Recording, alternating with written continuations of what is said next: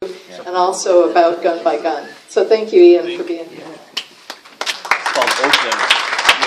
Thank you, Sally, for organizing this, and I'll be brief. I know everybody's really excited about the questions portion. So as Sally mentioned, I'm here from Gun by Gun. We're a nonprofit organization that applies crowdfunding to gun buyback programs. I've been involved in the issue of gun violence for a really long time. When I was 10 years old, I lost my dad to gun violence. He was a very regular guy. He was a book editor with a publishing company, and he was in San Francisco on a business trip and just happened to be walking down the street, and there was a 16-year-old kid that had a gun.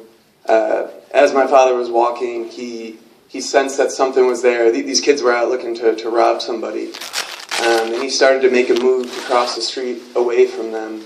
And before they didn't even say a word to him, he didn't have a chance to defend himself. The kid just shot him in the back, and he died about a month later.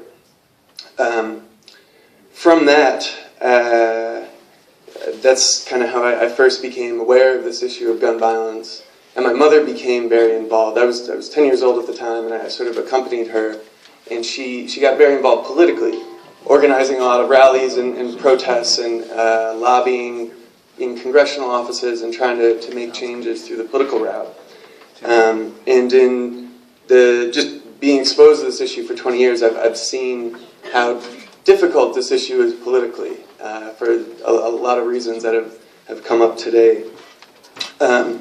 So with Gun by Gun, we're using, as I said, crowdfunding to finance gun buyback programs. And if you're not familiar with crowdfunding, it's a web technology that allows pooling of small amounts of money.